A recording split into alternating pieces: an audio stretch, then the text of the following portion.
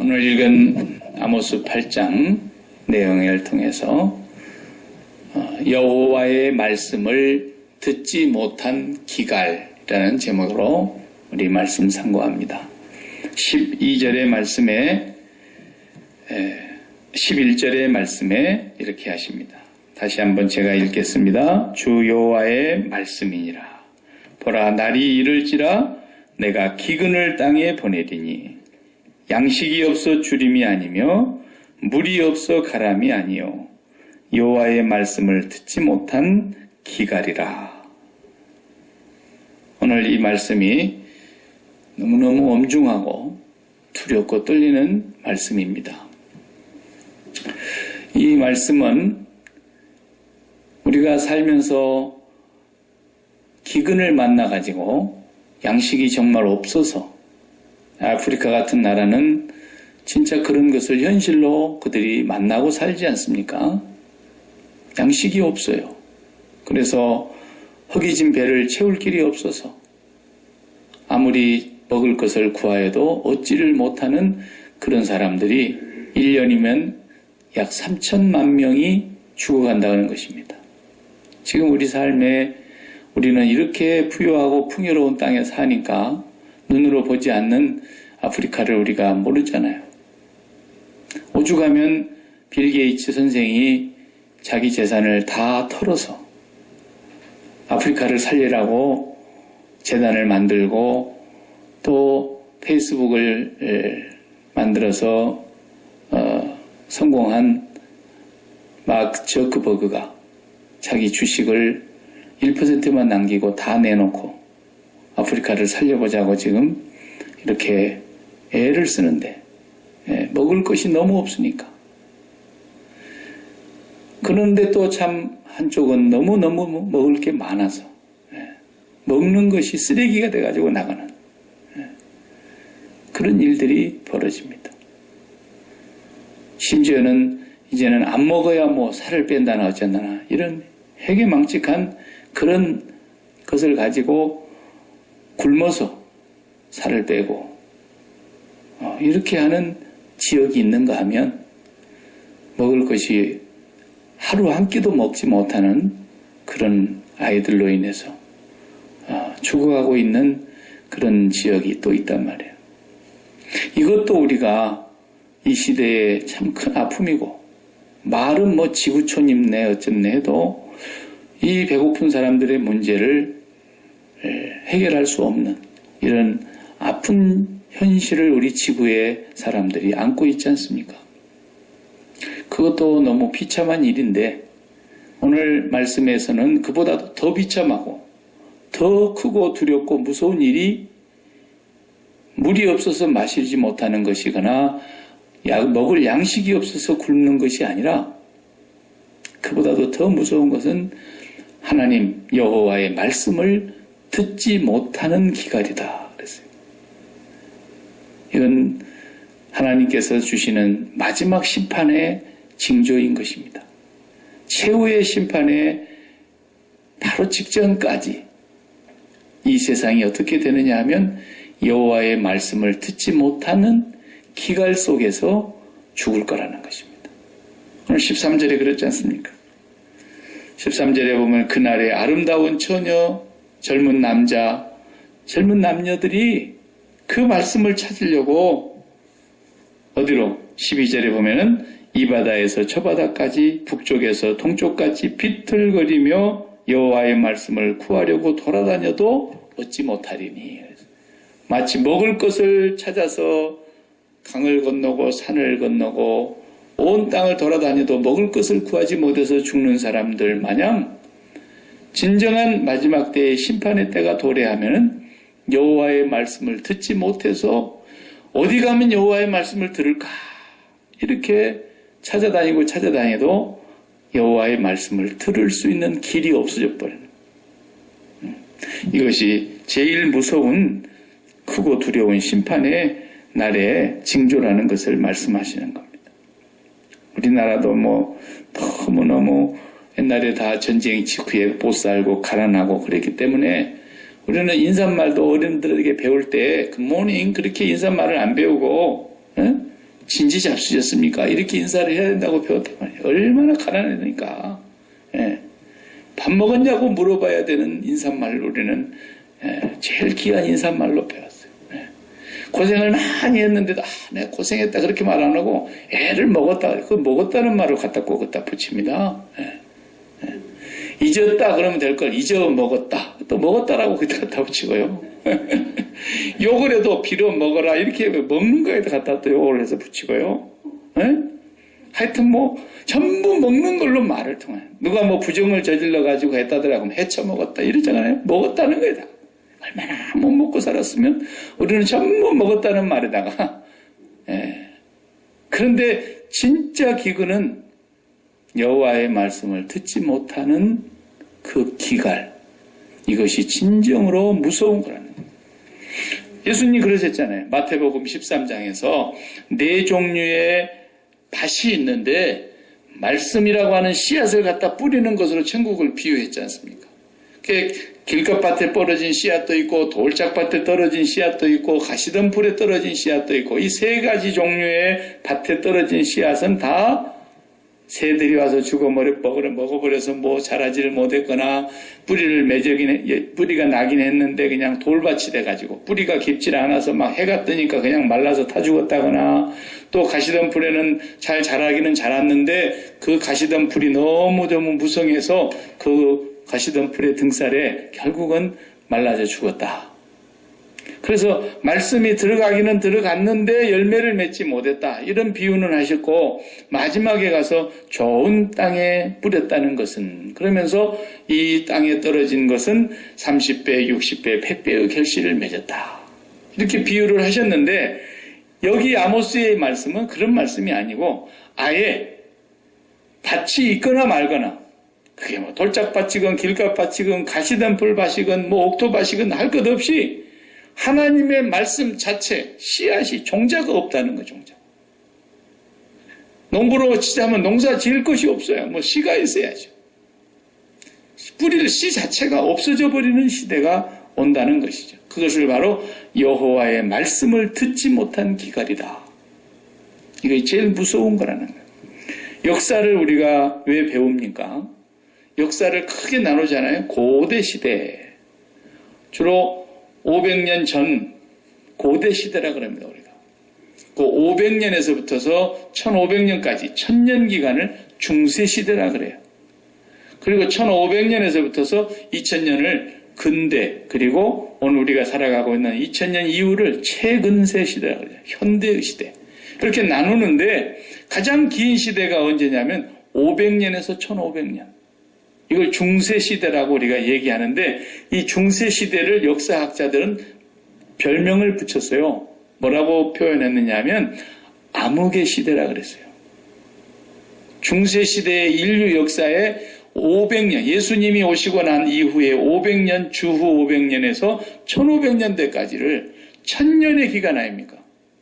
이 기나긴 세월을 역사학자들은 암흑의 시대, 왜 암흑의 시대라 그랬을까요?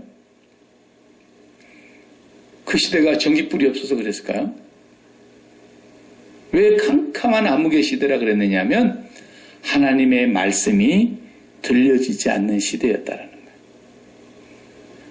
정확하게 1517년에 10월 31일 날 마르틴 루터 종교개혁자가 그 비텐베르그 성전의 벽에다가 교황청에 질문하는 95개 조항의 질문을 갖다 붙여놨잖아요.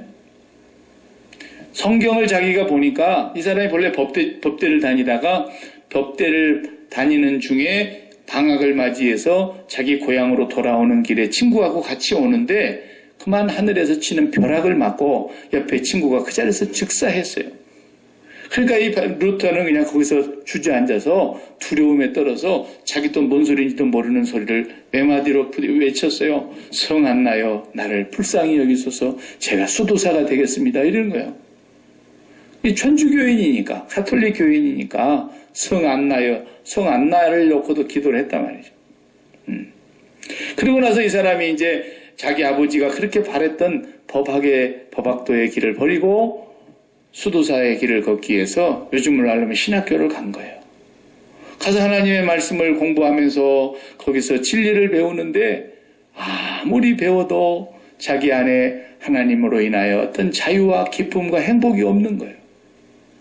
그래서 성경을 공부하고 성경을 연구하고 성경을 묵상하고 하는 가운데서 자기가 아무리 봐도 지금 교회가 하나님의 말씀을 가르치고 있는 이 교회가 하나님의 말씀을 바르게 가르치지 않고 있다는 걸 알고는 그 조항을 조목조목해서 95개 조항을 만들어가지고 성벽에 붙인 거 아닙니까? 이걸 대답해 주시기 바랍니다. 교황청에. 교황이 온다는 소식을 듣고.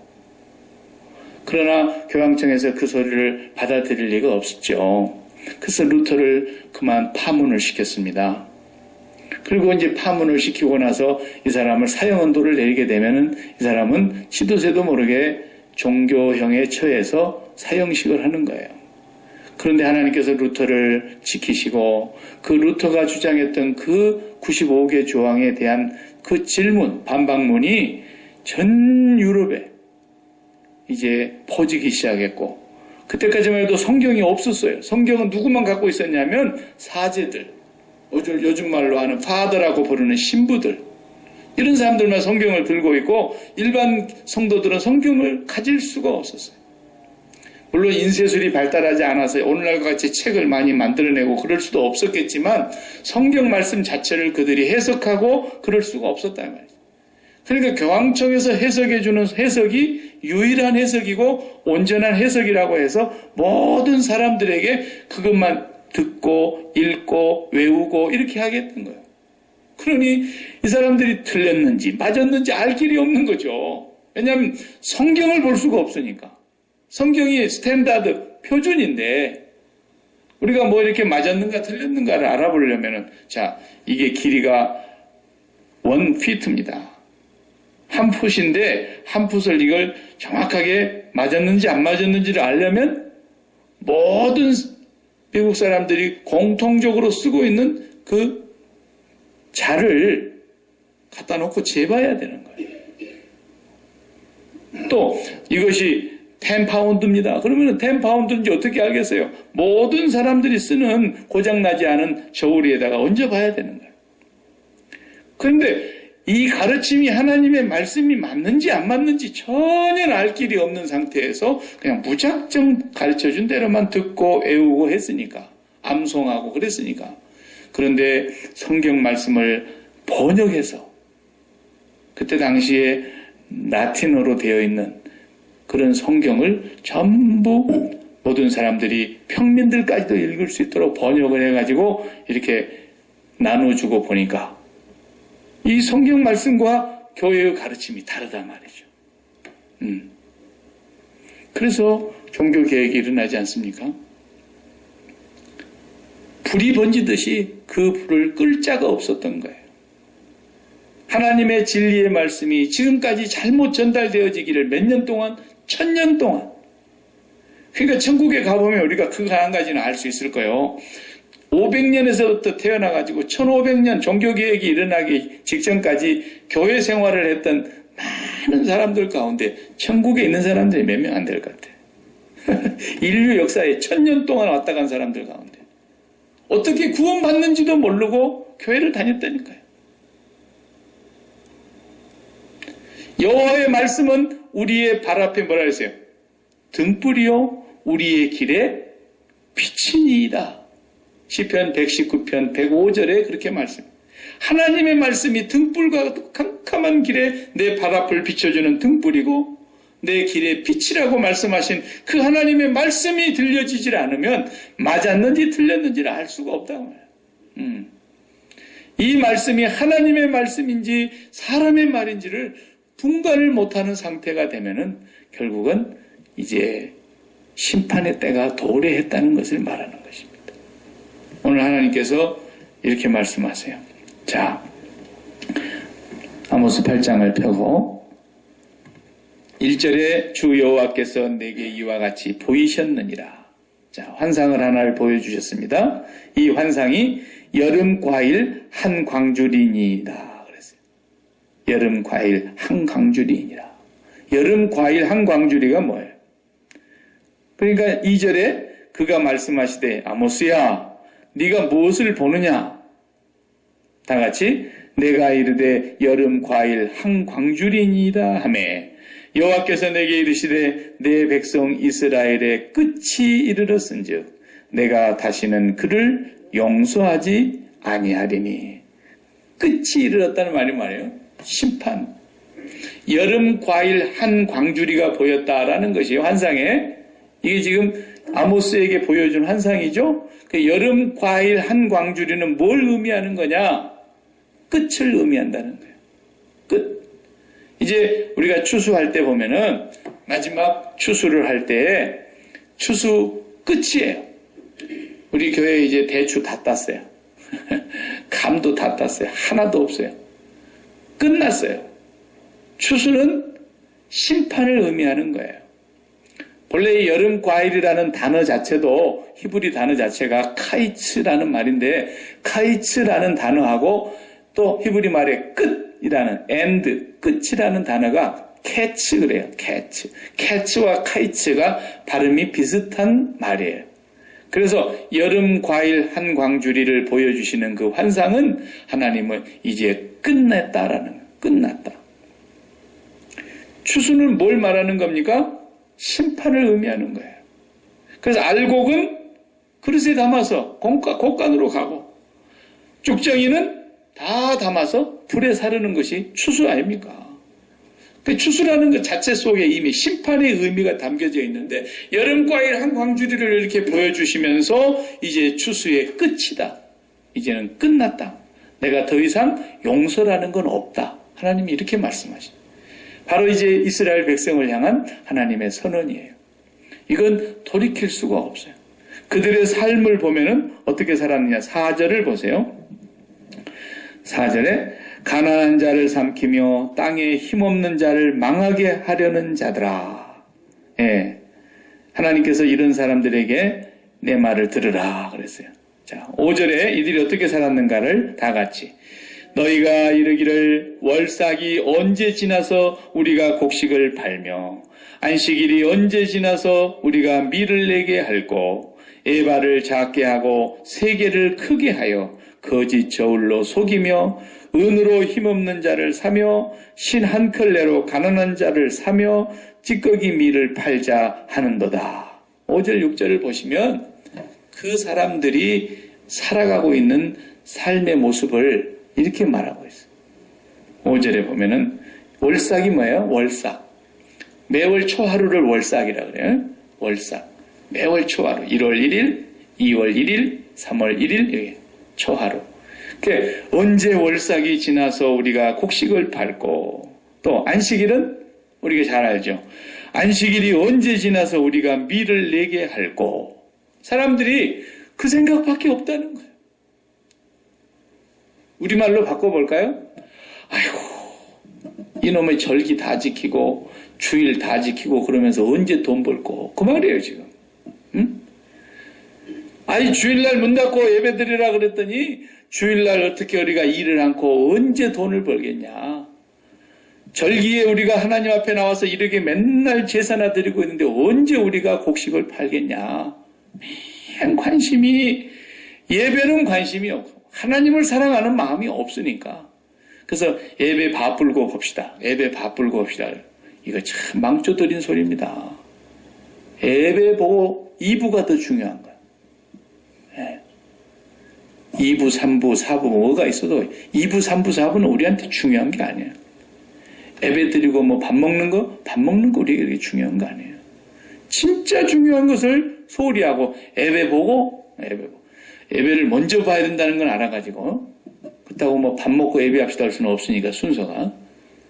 그 사람들의 마음이 하나님께 있지 않고 전부 땅에 심장이 묻어 있으니까 언제 우리가 이 월삭이 빨리 지나가야 되는데 언제 월삭 다 지키면서 우리가 돈 벌겠냐. 이거 5절에 그런다잖아요.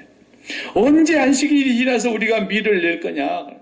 그런데다 또 뭐라 그러니까 에바는 작게 하고, 에바는 뭐냐면 우리식으로 하면 대박이에요. 대박. 애들 옛날 대로 한 대, 2대 이렇게 팔았잖아요. 근데 대를 정확하게 파운드를 맞춰져 있는 대를 작게 만들어가지고, 예, 작게 만들어서 얼마나 적게 주고 그 다음에 뭘 크게 한다 했어요? 세겔은 크게 하여. 이건 받아들이는 돈 아닙니까? 그러니까 어떻게 하면 적은 그릇에다가 많이 담아주는 것으로 해가지고 돈은 많이 받을까? 요 생각만 한다는 거예요. 그러면서 저울을 속인다 그랬지 않습니까? 그래서 은으로 힘없는 자를 사며 그랬어요. 사람을 인신매매하는데 6절을 보시면 은으로 힘없는 자를 사며 신 한 컬레로 가난한 자를 사며 이 사람이 이렇게 되고 말았어요. 그 다음에서 뭐라 합니까? 찌꺼기 밀을 팔자. 알곡을 파는 게 아니라 알곡에다 찌꺼기 밀을 섞어가지고 팔아먹으면서 사람들이 돈이 이렇게 되면 뭐라 그러죠? 우리가 수전노라 그러죠.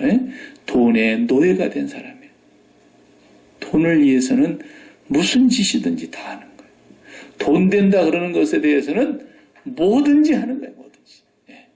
이것이 망할 징조가 되는 지금 모습을 우리가 보고 있는 겁니다. 하나님께서 뭐라 그러셨어요? 내가 야곱의 영광을 두고 맹세하시되 내가 그들의 모든 행위를 절대로 잊지 아니하리라.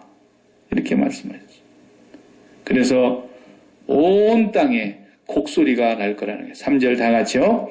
그날에 궁전의 노래가 애곡으로 변할 것이며 곳곳에 시체가 많아서 사람이 잠잠히 그 시체들을 내어버리리라.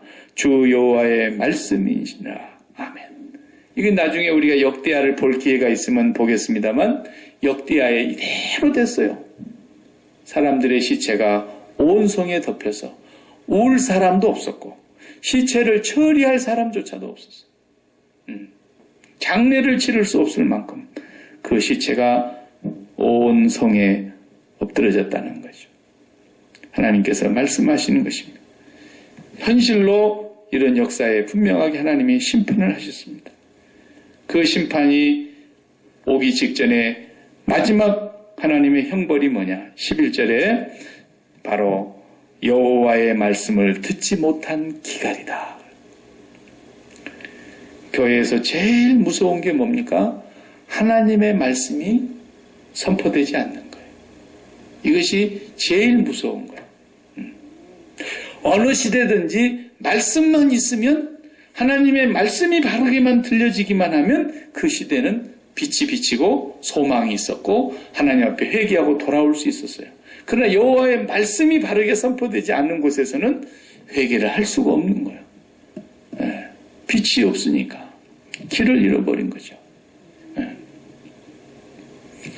이스라엘 백성에게 하나님께서 모세를 통해서 말씀하신 거 여러분 너무 잘 알죠? 신명기 8장 3절에 이렇게 말씀했죠. 너를 낮추시며 너를 줄이게 하시며 또 너도 알지 못하며 내 조상들도 알지 못하던 만나를 내게 먹이신 것은 뭐라고 하세요? 사람이 떡으로만 살 것이 아니요 여호와의 입으로 나오는 모든 말씀으로 사는 줄을 네가 알게 하려 하심이니라 그랬어요. 40년 동안 광야에서 250만이나 되는 그 백성들이 살아야 됐던 이유가 한 가지라는 거예요. 한 가지. 뭐예요? 여호와의 말씀만 있으면 산다는 것을 가르치려고 했던 거예요. 사람들은 돈이 있어야 살지, 먹을 게 있어야 살지 이렇게 생각을 하는데 하나님의 백성들은 그 순서가 바뀌어야 된다는 거예요. 하나님의 말씀만 있으면 산다. 가라 그러면 가고 서라 그러면 서고 하나님의 말씀대로 오늘 가서 하루 양식을 거두어라 그러면 만나를 거두면 되고 내일은 안식일이니까 오늘 이틀분을 거둬라 그럼 이틀분 거두면 되고 그 말씀대로만 살면 하나님이 굶겨 죽이시는 일도 없고 추워서 얼어 죽게 하는 법도 없고 하나님의 말씀만 있으면 된다. 왜? 온 천지는 말씀으로 지음받았기 때문에. 그러니까 밥도 말씀에서 나오는 거예요. 온 천지 만물을 하늘의 태양을 다하신 하나님이 말씀으로 창조하셨고 우주를 펼치신 하나님이 말씀으로 우주를 창조하셨고 모든 삼라만상의 동식물과 모든 인생까지를 다 하나님께서 말씀으로 지으셨습니다. 그 하나님이 말씀하시는 그 말씀 속에 우리 모두가 다 들어있는 거예요. 그러니까 떡도 거기에 들어있습니다. 물질도 그 안에 들어있습니다. 하나님이 만드셨으니까. 말씀대로 사는 것을 가르치려고 40년을 광야를 내보냈다. 거기서 만나만 먹게 했다. 때로는 줄이게도 했고 때로는 너를 더 낮추려고 그랬고. 왜? 하나님의 말씀만 있으면 산다는 걸 가르쳐줘요. 근데 5절에 보니까 사람들이 다 뭐라 해서 돈. 언제 월삭이 지나서 우리가 가서 밀을 내고, 언제 우리가 이 안식일이 끝나서 곡식을 낼고, 언제 우리가 이걸 돈을 벌겠느냐? 이러면서 전부 돈. 오늘날 모든 사람들이 마음에 하나님을 찾는 것이 아니라 돈을 구하더라는 거죠. 여러분이 언제 한번 뉴스를 가만히 한번 들어보는 때가 있으면 분석을 해봐요. 오늘의 뉴스. 그런 뉴스 분석해보면 95%가 돈 얘기입니다. 뉴스에. 사람을 죽인 데 범인을 잡아냈다 보면 범인가 돈 때문이에요. 전부 경제 뉴스 다 돈 얘기예요. 주식 전부 돈 얘기예요. 내년의 경제 전망 전부 돈 얘기입니다. 뉴스 가운데 사건, 사고 모든 것들을 다 분석해 보면 돈하고 결부되지 않은 얘기가 없어요. 네. 총장 물러나라. 돈 얘기입니다. 전부 다 감독 물러나라. 돈 얘기입니다. 모든 사람들이 다 마음이 하나님을 찾는 것이 아니라 땅의 것을 찾는 겁니다. 너희가 그리스도와 함께 살리심을 받았으면 위의 것을 찾으라. 거기에 그리스도 예수 안에 하나님의 생명이 감추어져 있느니라. 땅의 것을 구하지 말라 그랬는데 전부가 땅의 것만을 구하는 거예요. 그러니까 여호와의 말씀이 오늘날 풍성합니까? 기갈입니까? 여러분이 판단해 보시기 바랍니다. 오늘 우리 시대의 교회가 여호와의 말씀이 풍성합니까? 기갈입니까? 홍수에 먹을 물 없다 그러잖아요. 홍수가 돼가지고 물이 1층까지 차오르면 죄송합니다만 막 개가 똥 싸는 것도 다 물에 떠내리고 모든 게 섞이니까 먹을 물이 아예 없어져 버리는 거예요. 물이 제일 많은 홍수인데 그런 짝이에요 지금. 뭘 봐서 알 수 있습니까? 이렇게 말씀이 풍성한 시대에 우리가 살고 있는데도 말씀이 기갈 중에 있다고 하는 것은 뭘 보면 알 수 있습니까? 제가 이 말씀 준비하면서 제가 아는 분의 교회들 홈페이지마다 몇 군데를 제가 두드려 봤어요.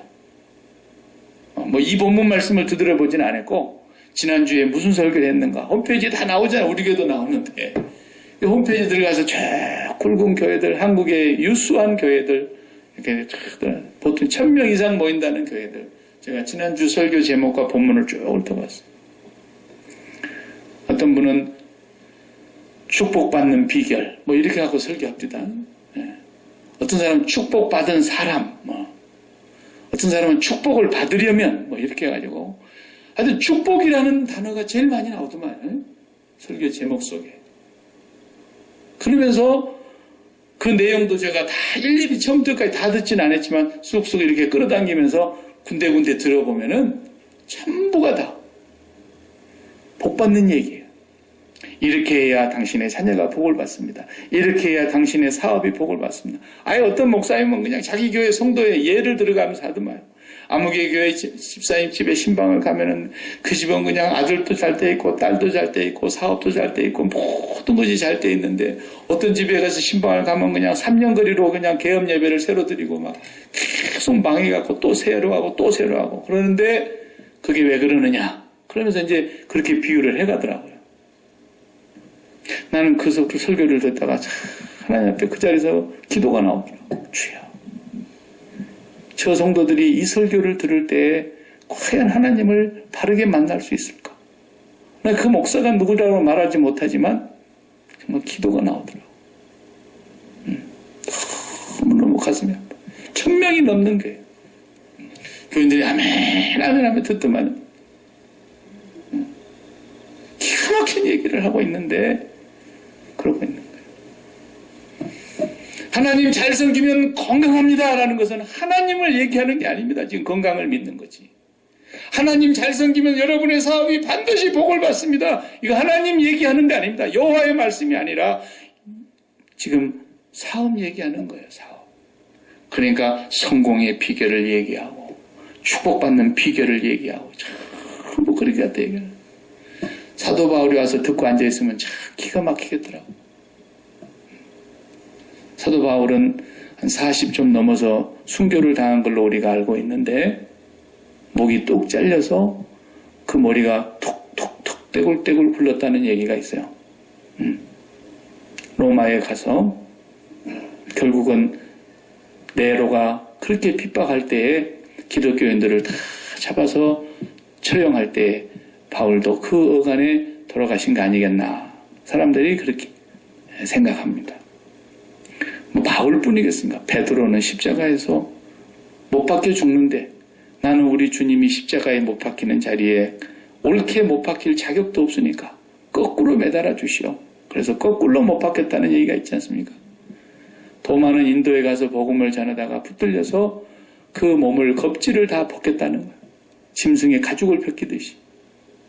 그러면서 죽었고, 사도 요한의 제자 폴리갑은 에베소 교회에서 목회를 하다가 잡혀서 불 위에 장작더미에 묶어놓고 불로 태워서 죽이고,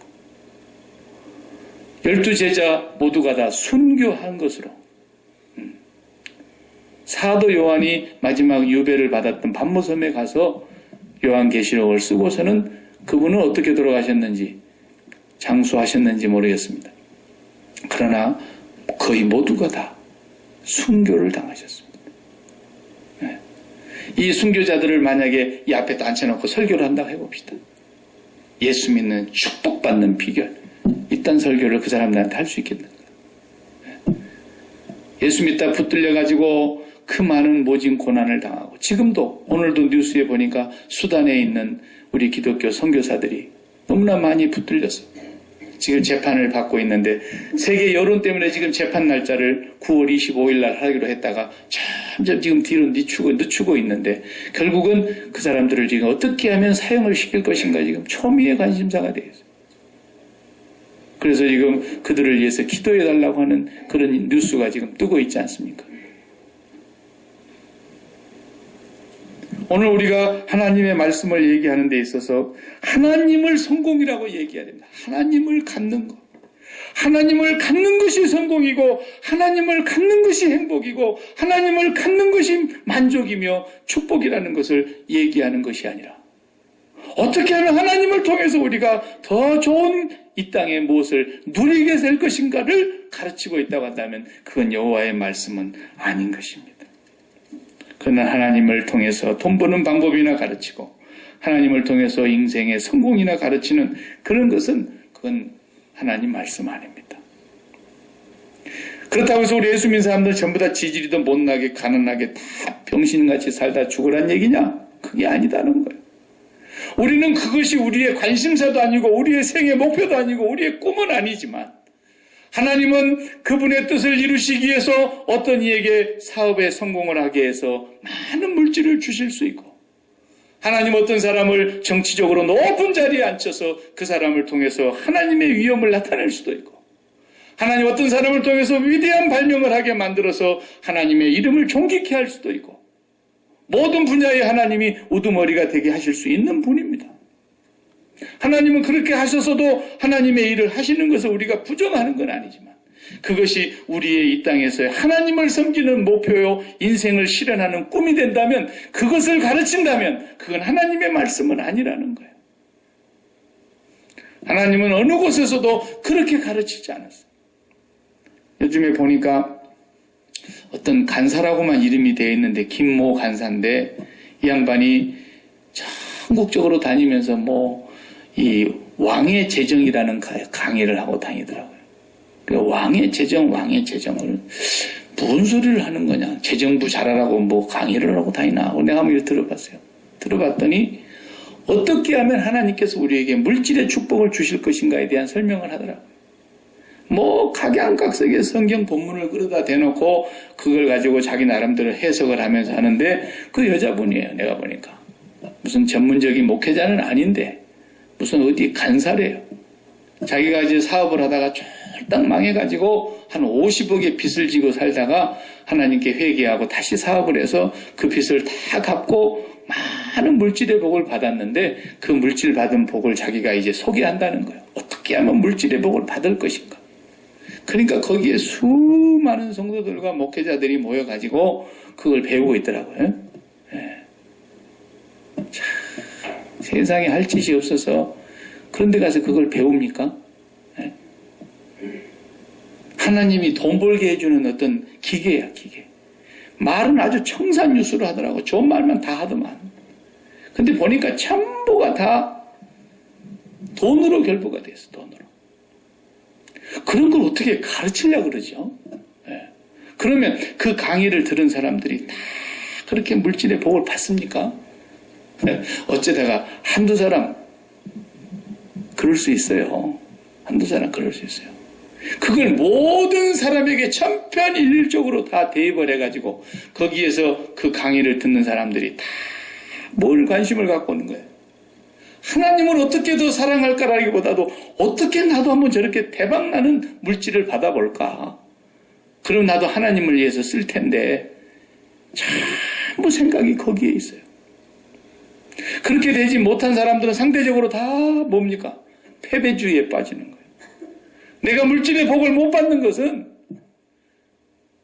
하나님을 잘못 섬겨서 그런다는 거예요. 와,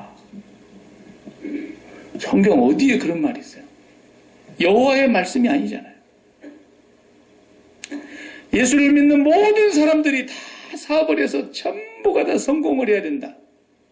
성공을 못한 사람들은 다 예수 잘못 믿었기 때문이다. 이렇게 말을 한다면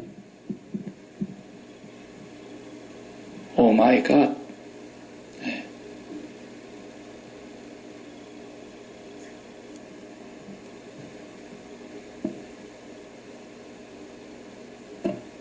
사람들이 하나님을 나의 행복, 하나님을 나의 기쁨, 하나님을 나의 만족, 하나님을 나의 기업, 하나님은 나의 방패, 하나님은 나의 유업이시다. 하나님은 나의 상급이시다. 아브라함아, 나는 너의 지극히 큰 상급이다. 하나님이 나의 복이라는 거예요. 그 하나님을 사랑하는 마음, 그 하나님을 너무너무 간절히 갈망하고 사모하는 그 마음, 그것이 복이라고 가르쳐야 되는데 전부 다 하나님을 통해서 어떻게 하면 내 사업을 성공시키고 어떻게 하면 내 자녀들을 훌륭하게 만들고 어떻게 하면 내가 건강하게 오래 살고 모든 것이 이 땅에 있는 것이 하나님을 통해서 이루고자 하는 욕망의 근원을 두고 있다는 거죠. 사도 바울이 이렇게 말씀했습니다. 디모데후서 4장 3절에 때가 이르리니 아마 그때가 오늘 아모스의 때와 같다고 봅니다. 사람이 바른 교훈을 받지 아니하며 기가 가려워서 자기의 사욕을 따를 스승을 많이 두고 세상 사람들이 오늘도 세상 사람이 아니죠. 그리스도인들이 오늘도 바른 교훈은 받지 아니하고 기가 가려워서 자기의 사욕을 따를 스승을 많이 두고 그 말은 뭔 말이에요? 내가 듣고 싶은 말을 해주는 사람을 쫓아가더라는 거죠. 내가 원하는 말을 듣고 싶은데 그 말을 해주는 곳을 사람들이 몰려가더라는 겁니다. 하나님의 말씀을 들으려고 하는 것이 아니라 그러나 성경은 분명히 말씀하십니다. 우리 다 같이 한번 그 본문을 펴보십시다. 두 곳만 찾아보고 제가 말씀 정리하겠습니다. 시편 107편 20절입니다.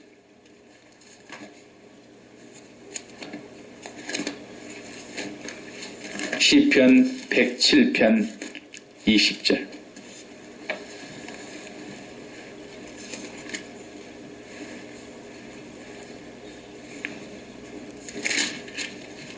다 같이. 그가 그의 말씀을 보내어 그들을 고치시고 위험한 지경에서 건지시는도다. 아멘. 그가 뭘 보내요? 그분의 말씀을 보내시는 거예요. 사람이 살려면 그분의 말씀이 들리는 것입니다. 그 사람이 망하려면 하나님의 말씀이 안 들리는 거예요. 하나님. 말씀을 보내요. 그 다음 저번에 우리 교회 표어를 삼았던 사도행전 20장 32절 말씀, 사도행전 20장 32절 말씀 보십시오.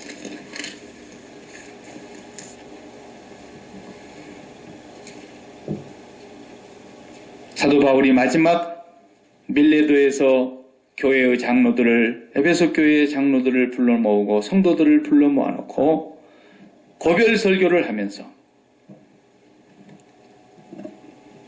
이제 그가 예루살렘으로 가서 무슨 일을 당할는지 모른다고 하면서 각 성에서 결박과 환란이 기다린다고 하는 성령의 가르치심을 이미 받은 상태였죠. 그리고 나서 이제 마지막 떠나면서 32절, 지금 내가 여러분을 주와 및 그 은혜의 말씀에 부탁하노니 그 말씀이 여러분을 능히 든든히 세우사 거룩하게 하심을 입은 모든 자 가운데 기업이 있게 하시리라. 아멘. 여기에 보면 우리를 든든히 세우고 이 말씀에 여러분을 부탁합니다. 그랬어요. 이 말씀에 부탁한다 했다니까요. 장로님들께 이 교회를 부탁하고 제가 예루살렘으로 가면 그러지 않은 거라니까요. 주님과 그 주님의 은혜의 말씀에 내가 여러분들을 부탁합니다. 그랬어요. 말씀이 가서 그 사람의 병든 영혼을 바꾸고 그 사람의 잘못된 삶을 바꾸고 말씀이 들어가서 그 사람의 몸에 있는 질병도 고칠 수 있고 말씀이 들어가서 잘못된 제도도 바꾸어지고 말씀이 들어가서 그 사람의 인생이 바꾸어지는 것이지.